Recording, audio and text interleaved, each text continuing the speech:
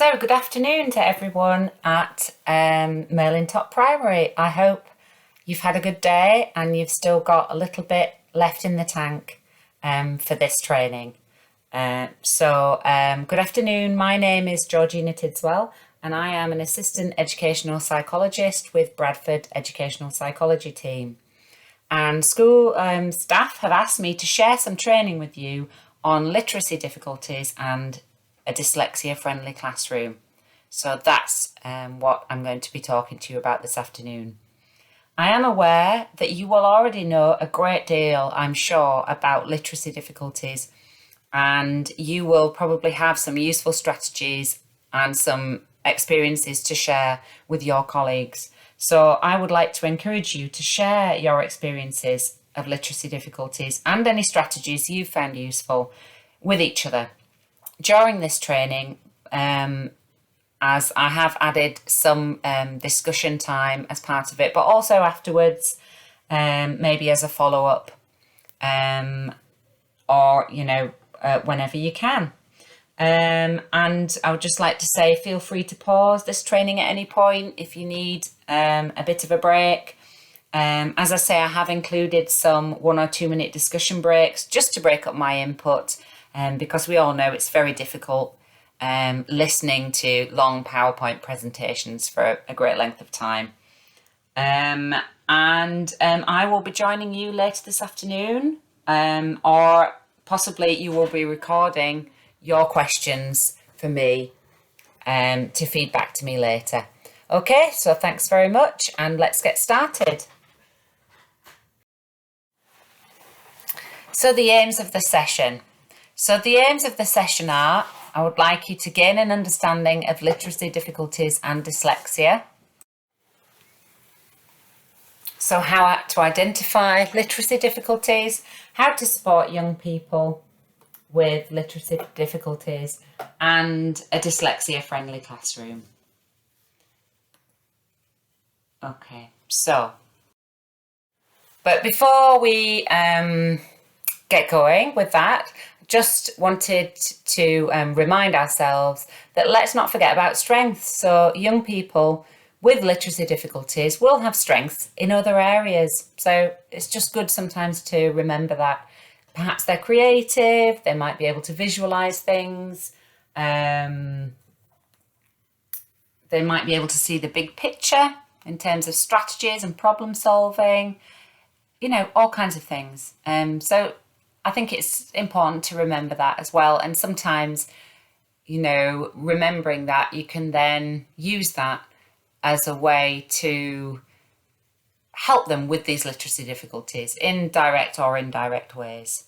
Okay, so it's good to remember that. So what is dyslexia? So let's think for a minute about this and then share your ideas with the person or people next to you.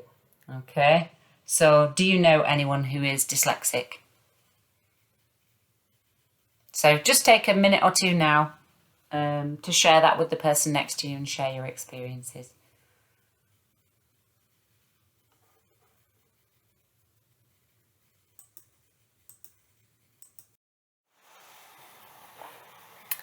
So what is dyslexia? So I have a dyslexia definition here for you. Which is from the British Psychological Society. So there is no single one definition, no agreed definition of dyslexia. That there are quite a few. So I've just put one on here, or a couple on this slide for you, just as examples of the different kind of definitions that are out there. So the British Psychological Society says that dyslexia is evident when accurate and fluent word reading and or spelling develops very incompletely or with great difficulty. And this focuses on literacy learning at the word level and implies that the problem is severe and persistent despite appropriate learning opportunities. Okay, and it provides the basis for a staged process of assessment through teaching. So I don't know how helpful you find that one, but there's a second one here as well. from the British Dyslexia Association, who say that dyslexia is a learning difficulty that affects the skills involved in accurate and fluent word reading and spelling. And that there are the classic features or the characteristic features of dyslexia are difficulties in phonological awareness, verbal memory, and verbal processing speed.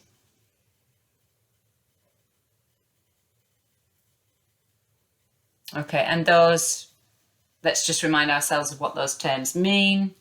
So, phonological awareness, okay, allows a person to attend to, discriminate, remember, and manipulate sounds at the sentence, word, syllable, and phoneme or sound level. That's phonological awareness. Verbal memory is used in cognitive psychology and refers to the memory of words and other abstractions involving language. And processing speed is a cognitive ability that could be defined as the time it takes a person to do a mental task. So it's related to the speed in which a person can understand and react to the information that they receive. Okay, so the second definition there from the British Dyslexia Association is a bit more detailed. And you might, if you have children and young people with literacy difficulties, you might recognise some things there that they find difficult. Okay, so I wanted now to share with you a short video on the dyslexia debate from Professor Joe Elliott, just as a bit of a taster as to why there are difficulties with the term dyslexia and why some people don't like to use this term, and hear from Dr. Elliott what he has to say about what those difficulties are. So it's only a short video, so if you would like to watch that now.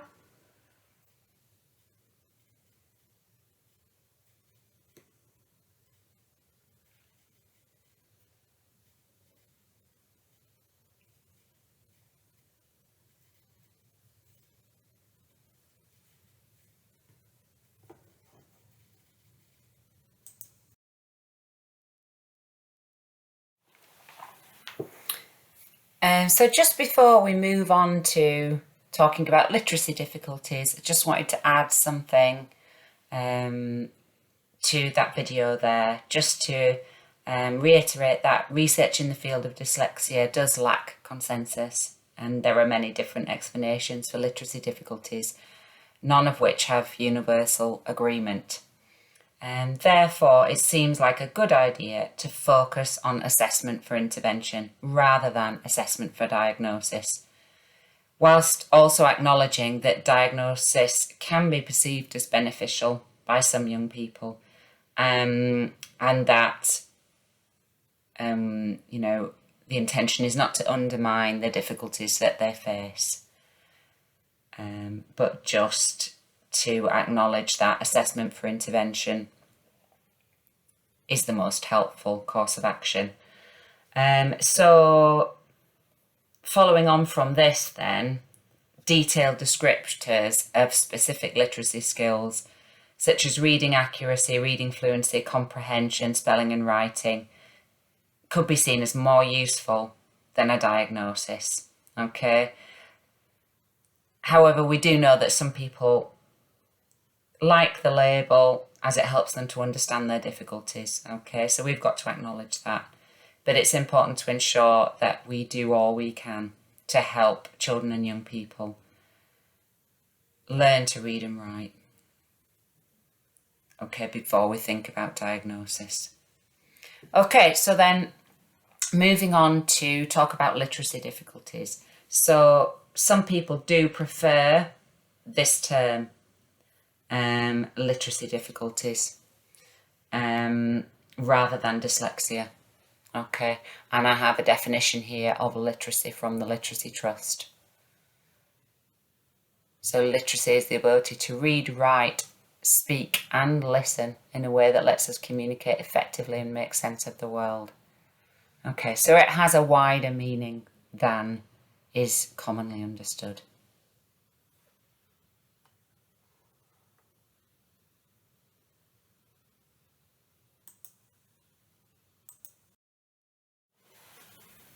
Okay, so arguably, we need to spend our time, resources and efforts on helping identified young people to develop literacy skills. Okay, so first of all, identifying children who have difficulties in learning to read and write is key. And as I said earlier, children with literacy difficulties are likely to experience phonological difficulties, memory difficulties, visual difficulties. So, and I've already gone through these, but just as a reminder, phonological difficulties, children with phonological difficulties can lack automaticity with the sound letter correspondence. Okay, so that's matching the sound to the letter. And children with literacy difficulties, that might not yet be automatic. Okay, and it becomes automatic generally with practice. But children are all different, and obviously we'll pick things up at different rates. But children with literacy difficulties, this sound letter correspondence is not yet automatic, and it needs to be automatic for decoding and pronouncing words for reading, okay, and encoding for spelling. Memory difficulties. Okay, so individuals with literacy difficulties often have difficulty holding information in their short-term memory and also with retrieving it from their working memory. So you may have come across this in the classroom. And lastly, visual difficulties. So individuals with literacy difficulties can often have a difficulty with tracking accurately. This is quite well known now, and they may experience glare from reading black and white or blur from certain fonts. That is certainly quite a well-known difficulty. So what can this look like in the classroom? So again, I want you just to have a chance to share your experiences with the people around you. So what have you seen? Okay, so you can pause here just to give you time to swap notes with a partner for a couple of minutes. So what do young people find it difficult to do in the classroom?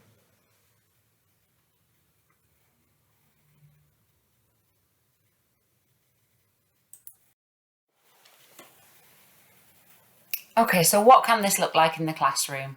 So I'm sure you've got quite a lot of these points that I'm going to suggest now. So young people might find it difficult to read age-appropriate text. Okay, they might find it difficult recognising or discerning between letters or familiar words when reading, or remembering the visual image of words. Okay, pronouncing words because of difficulties discriminating between different sounds. Okay, achieving automaticity when doing more than one thing at one time, such as taking notes. Okay, organising their work and other aspects of their lives. Carrying out instructions, copying from the board, remembering what has just been said or read, taking messages. Okay, they might have difficulties with the passage of time, mixing up dates and times, missing appointments. They might misunderstand directions. Okay, there might be problems with motor control. There might be difficulties with sequencing information. Okay, so I'm sure you have seen probably some of those. And these are all ways that children can present if they have difficulties with those key skills, phonological difficulties, memory difficulties, and the visual difficulties there.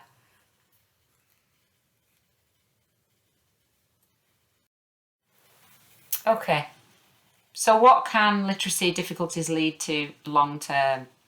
So you may well have seen this in your own classroom. It can lead to stress and anxiety because of a fear of not performing as well as some other students, social comparison with their peers, if some children are not picking up these skills or having difficulties.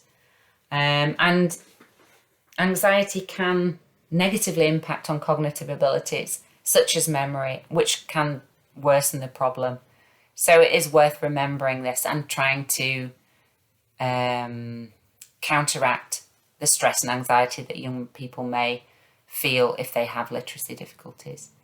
It can also lead to poor concentration or maybe behaviour problems due to frustration, maybe work avoidance, disengaging with school because it's too difficult, embarrassment, okay, maybe taking an above average time over written work, okay, lack of self-confidence and low self-esteem.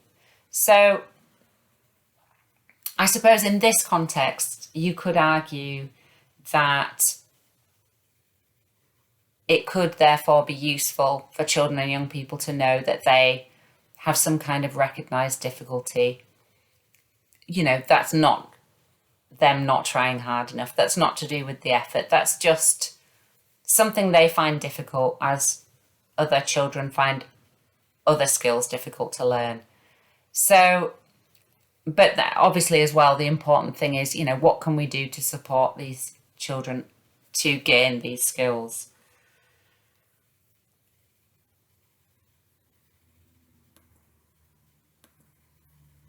I would like you to share your experience of literacy difficulties in your classroom and any strategies that you found useful, okay, before I share some with you. I'm sure that you will have tried strategies and some of you will have found some that have worked for you. Okay, so it's important to share this with each other. You don't always have time, I know, and you're so busy. So take a couple of minutes now to do that.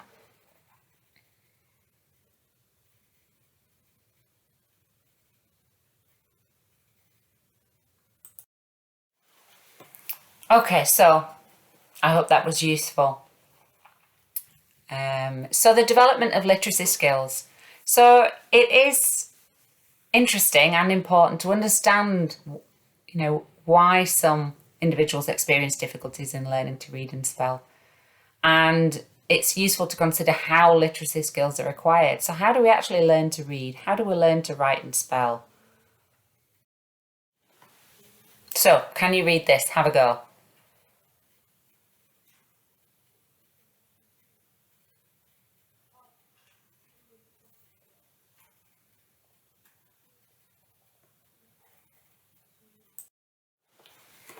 So I don't know how successful you were there. So according to research at Cambridge University, it doesn't matter in what order the letters in a word are. The only important thing is that the first and last letter be in the right place. The rest can be a total mess and you can still read it without problem. This is because the human mind does not read every letter by itself, but the word as a whole. I find it quite amazing that I can actually read that. I think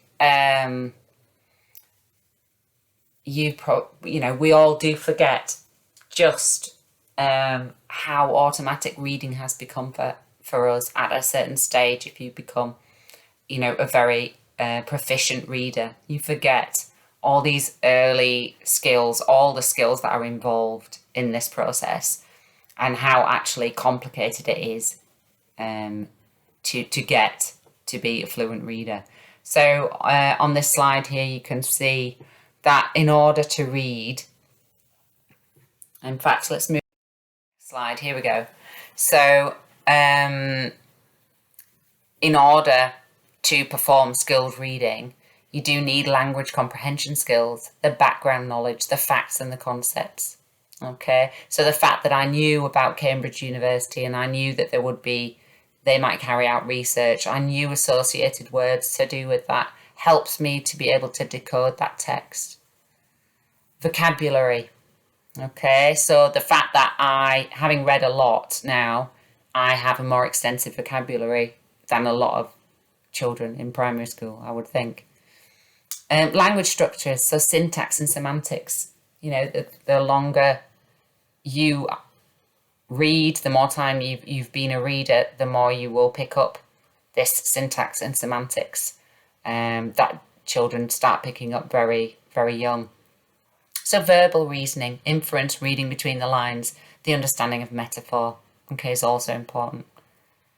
Literacy knowledge, so print concepts about genres. I know that we teach that in school now when we didn't used to help children become skilled readers.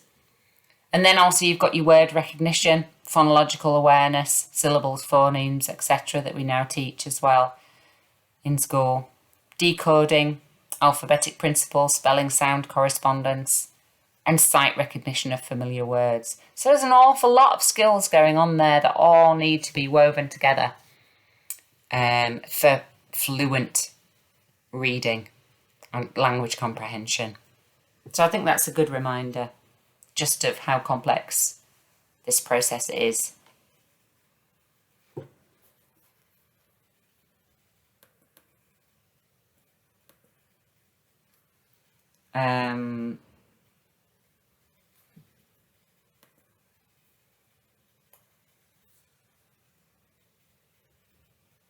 Okay. So the foundations of reading. Pre-reading and writing. So language learning and learning to read and write are very different processes, you could say.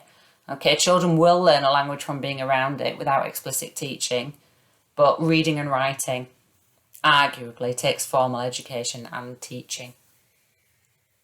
Okay, so the foundations of reading, what are the foundations? So your early years teachers will be well aware of this, and a lot of the rest of you, I'm sure. So pre-reading and writing, attending to sounds, call and response, listening skills, onset rhyme, rhyme strings. So for those of us who are not early years specialists, onset rhyme is the initial phonological unit, such as the k in cat. And rhyme, R-I-M-E, is the string of letters that follow. For example, at in cat. And a phoneme example would be k-at. So, and understanding also that marks have meaning. So these are all pre-reading and writing skills that need to be there before you can move on to early reading skills, such as grapheme, phoneme, correspondence. So that's the correspondence of the shape, the mark on the page to the sound that it represents. Okay, so graphemes, letters, and phonemes are sounds. Okay, and then segmenting words into phonemes is another early reading skill. Blending phonemes to make words.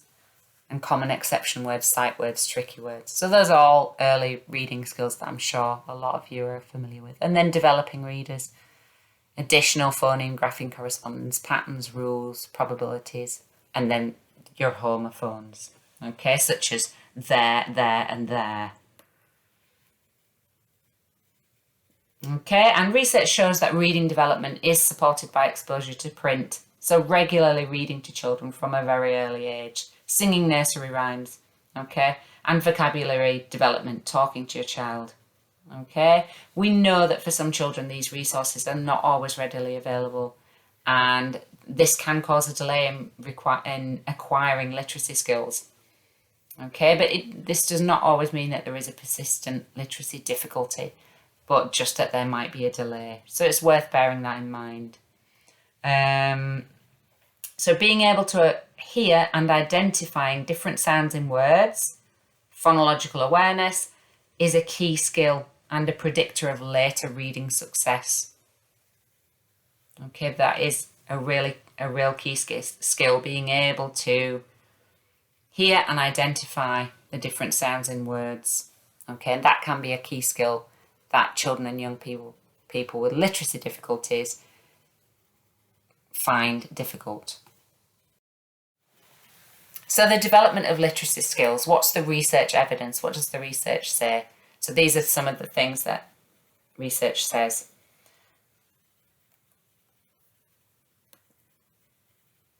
Sorry, I'm just moving my notes down. So skilled word reading involves the rapid and automatic mapping of letter strings onto the most likely pronunciation. Okay, so again, the word automatic requires a lot of practice until something becomes automatic, until you can become that skilled word reader. Okay, and skilled readers perceive whole words as accurately and quickly as single letters. But again, that takes a lot of practice. And underlying everything is these phonological skills, okay, that you need to be a secure and a successful reader.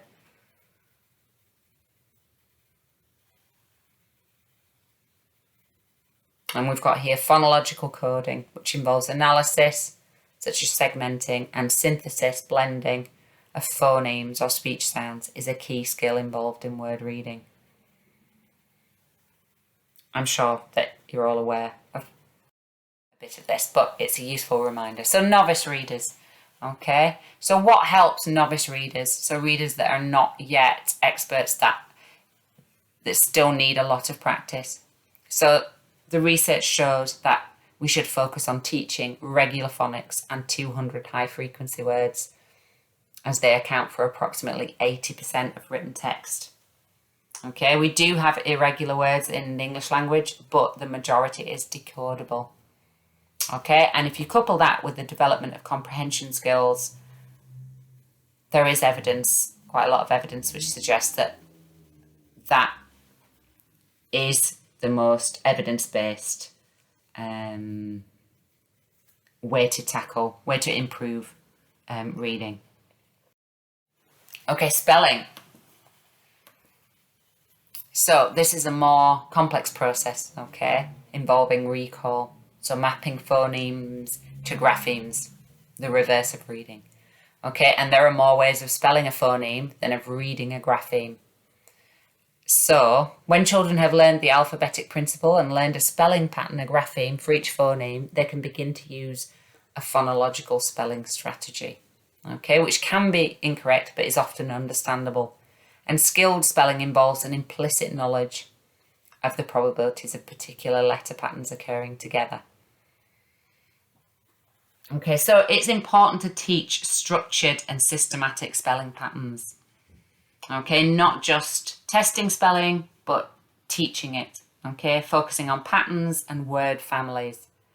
Because as you can see from this slide, spelling is more complicated, and it's not just something that we can expect children to grasp, to learn something through osmosis. So on the slide, we've just got some examples here of some spellings of kind of the development of a spelling. So at the top there, you have a spelling which is incomplete or practically unrecognizable, okay, because of incomplete phoneme segmentation skills, not being able to match the sounds with the graphemes that they correspond to. Okay, so you get something that you don't know, you can't really tell what they meant. Okay, and then that moves into something else. The next one down, a little bit more recognizable. I don't know if you can tell what the word is. So you might want to check with the people around you. If you look down at the words in bold there, can you tell what the word is? It gets progressively more recognizable as you go down. So with the second down, you can see that phonological spelling is developing, okay, and the words becoming more recognizable. But more work on segmentation is needed, okay, such to address these mistakes, such as omitting the vowels or the second consonant. Okay, and then further down again, good representation, but wrong letter used to represent second unstressed vowel. So I'm sure you've seen examples like this in your classroom.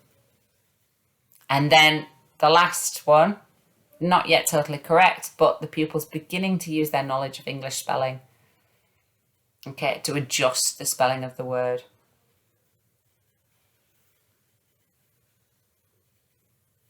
So I'm sure you've guessed what the word is now. I don't think I had to tell you that it's dragon.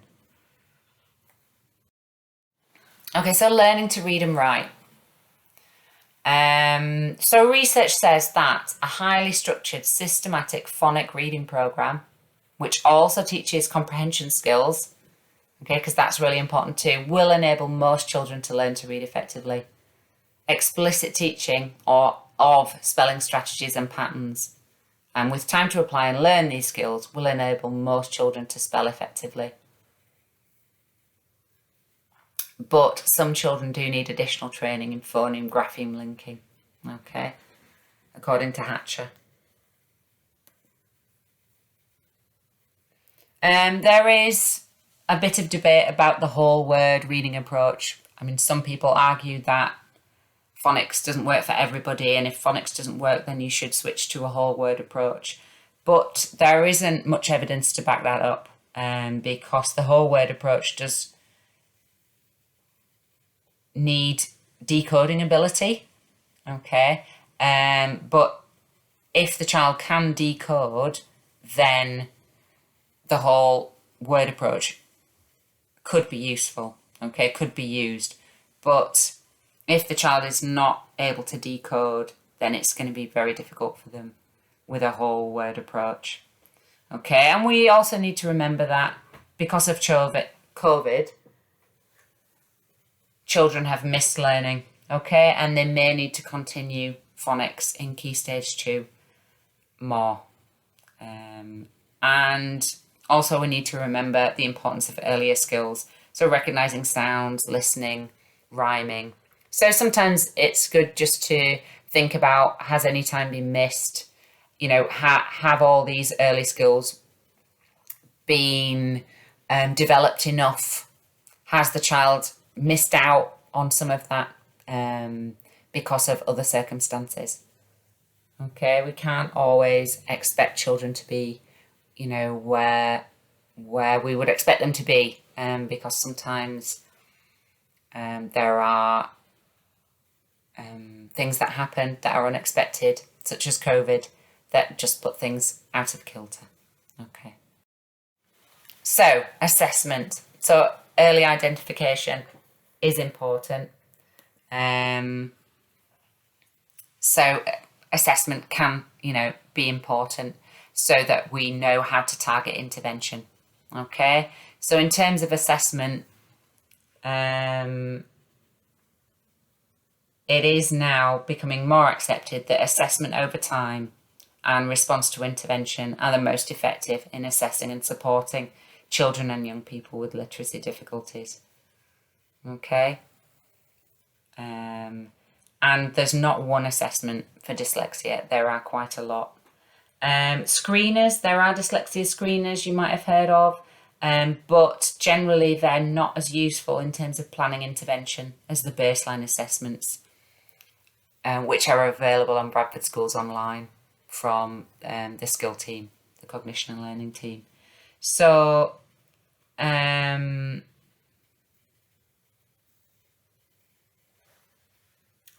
cognitive assessments are sometimes asked for, but sometimes there's the question, well, what's that going to add? What is that going to tell us that's then going to help us to put some effective intervention in place?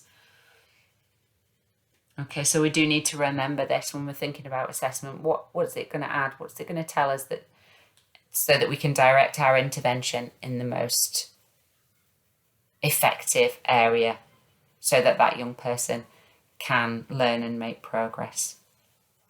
And there are some other assessments on there, observations, pupil voice. Okay. And just a reminder here that what is the purpose of assessment? Okay, it's to work out what action the school needs to take, not necessarily to fit a pupil into a category or diagnose them. Okay, and the support provided to an individual should always be based on a full understanding of their particular strengths and needs. And we should always seek to address them using well-evidenced intervention targeted at their areas of difficulty and, where necessary, specialist equipment or software. and that's from the Code of Practice. Just a reminder now about the graduated response. So I did mention earlier that it's becoming more accepted that intervention over time, and tracking the response to intervention is the most effective way of assessing and supporting children with literacy difficulties. And the assess, plan, do, review process, a graduated response, can be really helpful to track interventions. So assess the young person, make a plan of what interventions you're going to put in place, put those in place, and then review them. How effective have they been? Are we continuing with them as they are? Are we going to change them, put something else in place, or just tweak what's already in place to make it more effective? Then assess again, change the plan perhaps. We're into our doing again. So just reminding you about that graduated response. So assessments for literacy difficulties. So there are a whole range of assessments for literacy difficulties. However, some of the dyslexia screening assessments do lack an evidence base. So there is a danger there of just providing indicators or a diagnosis of dyslexia with limited evidence to back that up. And also often following diagnosis, these screening assessments are not useful.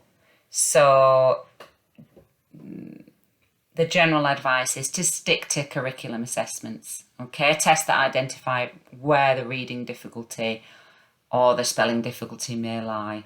Baseline reading assessments generally are seen to more accurately predict response to reading intervention and to be more useful in helping you identify needs. So those are the assessments that we would recommend.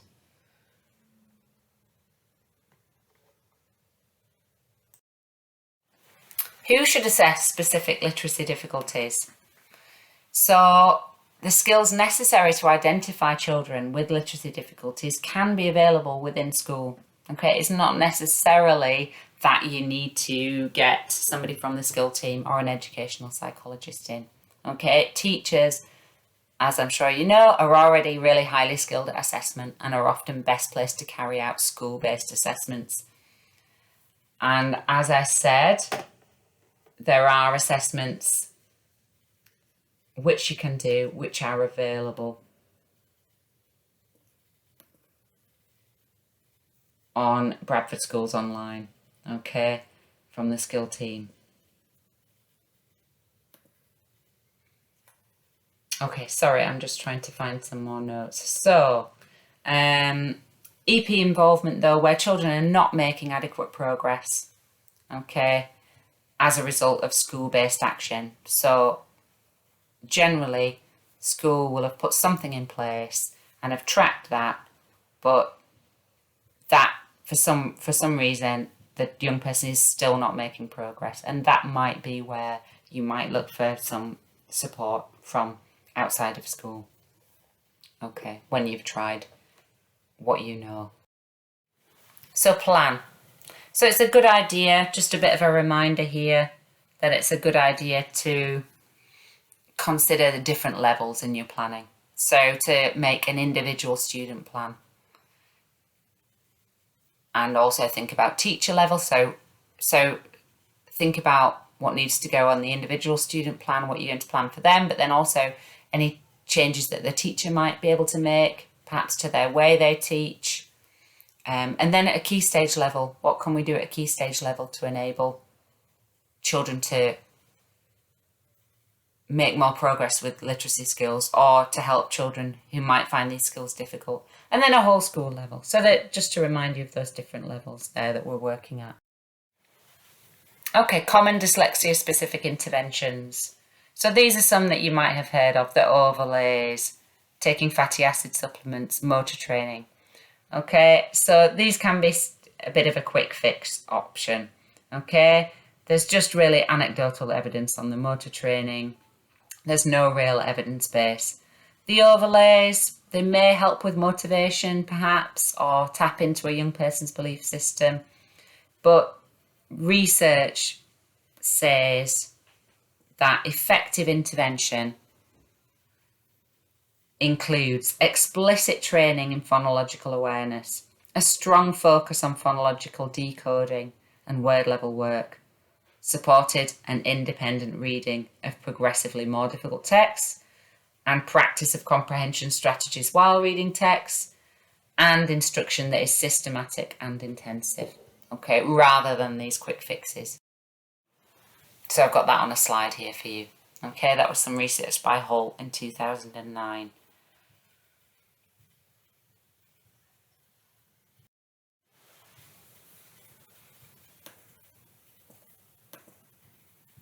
So interventions. So what intervention can be used?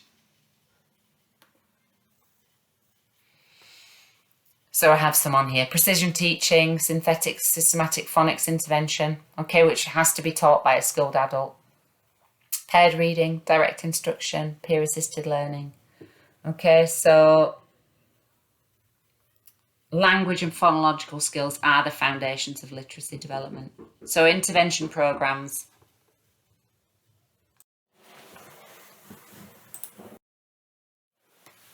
So I've put in some useful websites here for your reference about evidence-based interventions. And I would recommend Greg Brooks' What Works for Children, Interventions for Literacy. It's really comprehensive, quite a large document there. So I would recommend that one.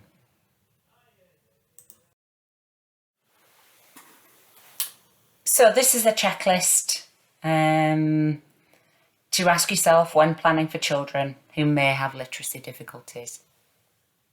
Okay, so explicit teaching of phonics, explicit teaching of spelling patterns.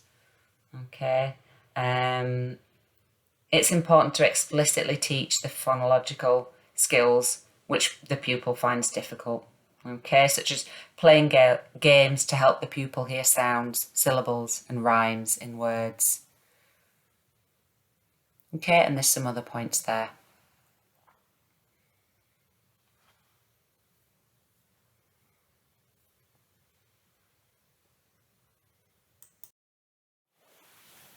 Okay, so I hope that was useful. And now I'm going to move on to talking about dyslexia-friendly classrooms. Using the term dyslexia as literacy difficulties-friendly classrooms would be a little bit of a mouthful. So we're just going to have a little discussion break again. So what do you think a dyslexia-friendly classroom would be like? Or maybe you already have put some dyslexia-friendly classroom strategies in place, so you could just swap ideas or thoughts with somebody near you just for a couple of minutes before we start this part.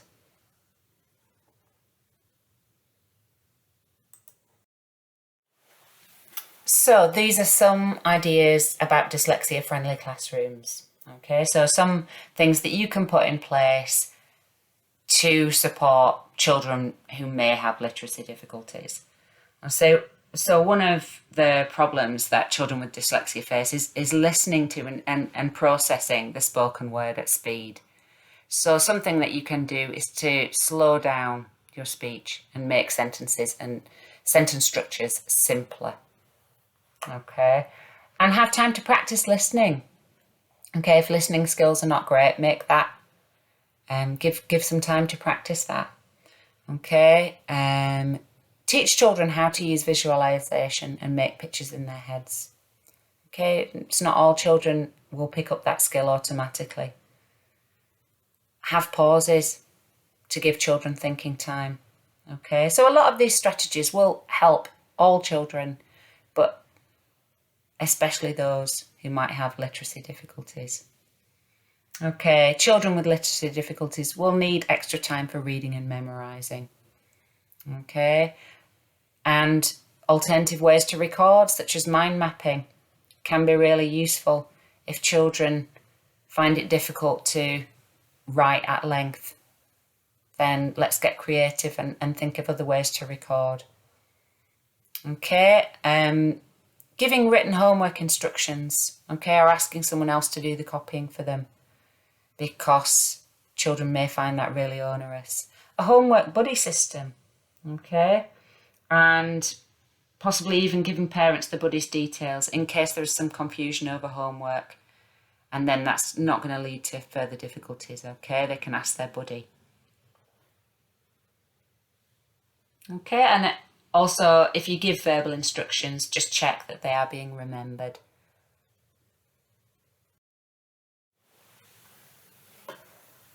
Okay, so marking separately for content and spelling punctuation. I think that's a really useful one, and something that I didn't think of when I was a teacher, actually. But if you think about it from a child's point of view, even a child without literacy difficulties, it can be a bit overwhelming if you've got a page that's heavily marked up with pen. So, the content may be great. There may just be lots of errors. And if there are lots of misspellings, then just marking a few high frequency words and making your own checklist can be a good idea. Again, something else that maybe I didn't always do when I was a teacher, which I think is a good idea. Okay, displaying high frequency spellings on posters around the classroom. I'm sure a lot of you are already doing that already. Keywords and new words on the whiteboard. Again, I'm sure that's common practice for a lot of you. Yeah, not asking children to read aloud unless they want to. Okay, reading little and often. We all know that as much reading practice as possible is really helpful. When you're finding something difficult, the more practice you can do, and the more you can make it fun and enjoyable. Okay, seating children with literacy difficulties within the peripheral vision of the teacher so that they can pick up non-verbal communication. We don't realise how much we rely on non-verbal communication, but we do rely on it a lot. So it's just remembering that. Marking resources with pictures, another good idea, and alphabet strips and number squares on each desk table, okay, for everyone. So here I've got some useful links for dyslexia-friendly classrooms that you can refer to, which have a lot of tips, a lot of the tips that I've already given you, and lots more.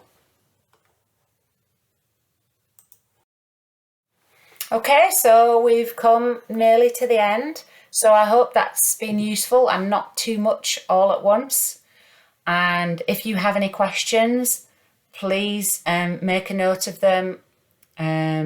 Please let Elliot know any questions, and I'll be happy to have a think about those and get back to you.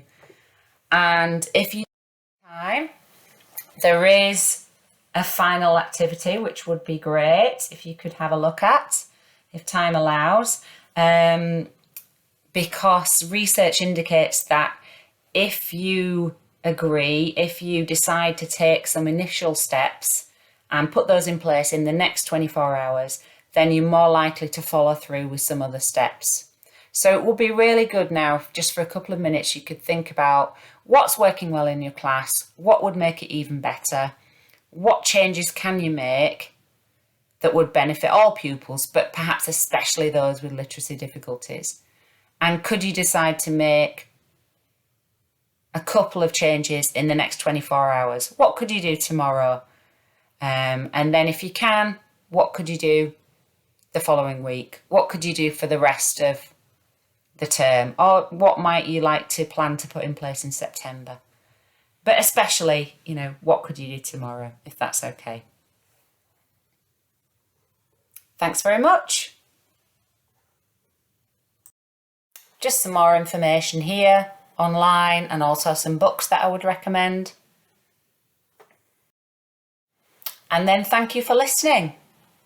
And if you could complete an evaluation and email it to me, that would be really useful. Thank you very much.